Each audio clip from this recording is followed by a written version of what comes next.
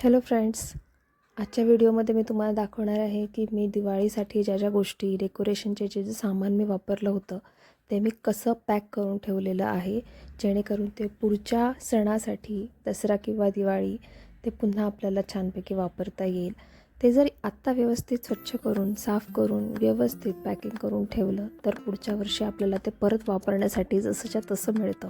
तर हे या व्हिडिओमध्ये मी तुम्हाला दाखवणार आहे की मी माझं डेकोरेशनचं सामान कसं नेटनेटकं लावून ठेवलेलं आहे, जेणेकरून ते पुढच्या वर्षी मला पुन्हा वापरण्यासाठी सोयीचं होईल.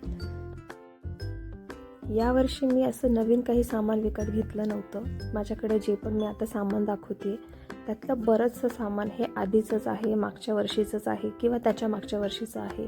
जसं की हे हँगिंग्स, हे माझे जुनेच हँगिंग्स आहेत. त्याचप्रमाणे हे टी लाईट्स आहेत जे उरलेले आहेत आणि आता पुढच्या सणासाठी ते वापरता येतील. यावर्षी मी माझ्या डेकोरेशनच्या साहित्यामध्ये भर घातलेली होती. ते हे डेकोरेशनच्या कमळांची, हे डेकोरेशनचे जे हँगिंगचे कमळ आहेत ते मी यावर्षी विकत घेतलेले आहेत आणि आता ते मी पुन्हा पॅक करून जसेच्या तसे ठेवते, जेणेकरून मला ते पुढच्या वर्षी पुन्हा वापरता येतील.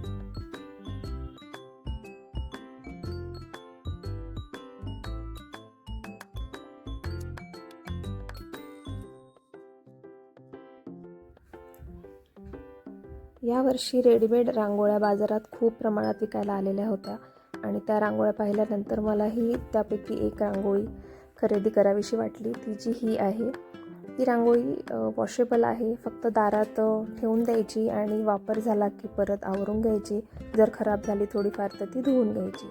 तसंच यावर्षी मी हा उरलीचा दिवा घेतला आहे आणि हे बाकीचे काही हँगिंग्स आहेत ते जुनेच आहेत, जे मी दरवर्षी दसरा आणि दिवाळीला डेकोरेशनला वापरते.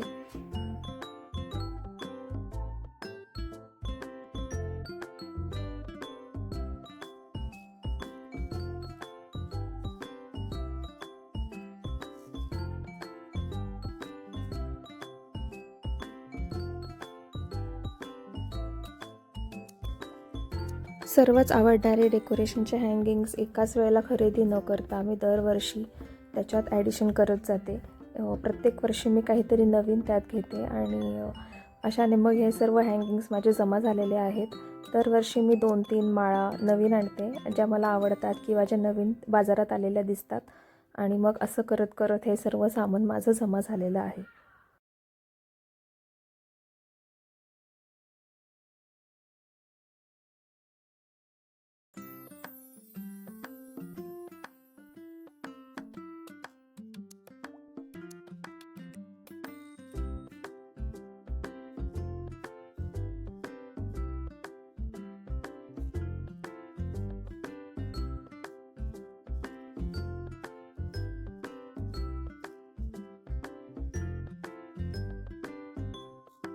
हे सर्वच सामान एका वेगवेगळं करून पॅक करून मी एका मोठ्या बॉक्समध्ये ठेवते. एक बॉक्स मी याच्यासाठी केलेला आहे सेपरेट, जो मला दरवर्षी हे सामान सांभाळून ठेवण्यासाठी कामात येतो.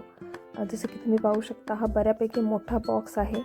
या बॉक्समध्ये माझं जवळपास सर्व डेकोरेशनचं सामान बसतं आणि ते बॉक्समध्ये असल्यामुळे त्याला धक्का वगैरे लागत नाही किंवा फुटण्याचे किंवा तुटण्याचे काहीही चान्सेस नसतात. जसंच्या तसं उचलून आपण हे कपाटात किंवा आपल्याला हव्या त्या जागेवर ठेवायचं आणि जेव्हा पाहिजे तेव्हा हा बॉक्स काढायचा आणि त्याच्यातून सामान वापरायला काढून घ्यायचं. बॉक्समध्ये ठेवल्याचा हाच एक सगळ्यात मोठा फायदा होतो की तुमचं नाजूक सामान पण व्यवस्थित सांभाळलं जातं.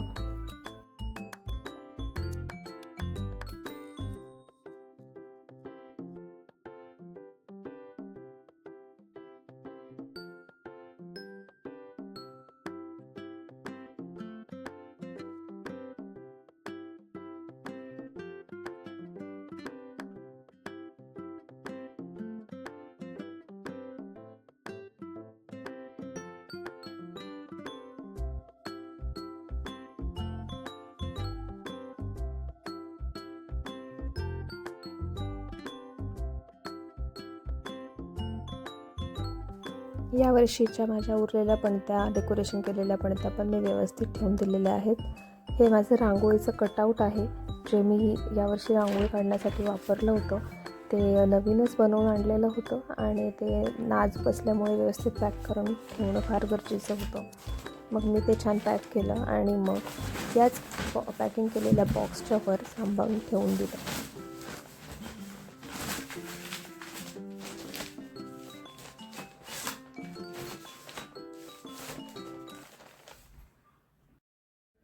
माझ्या सजावटीच्या झेंडूच्या माळाही मी दरवर्षी पॅक करून ठेवते आणि पॅक करण्यापूर्वी त्या स्वच्छ धुवून वाळवून घेते.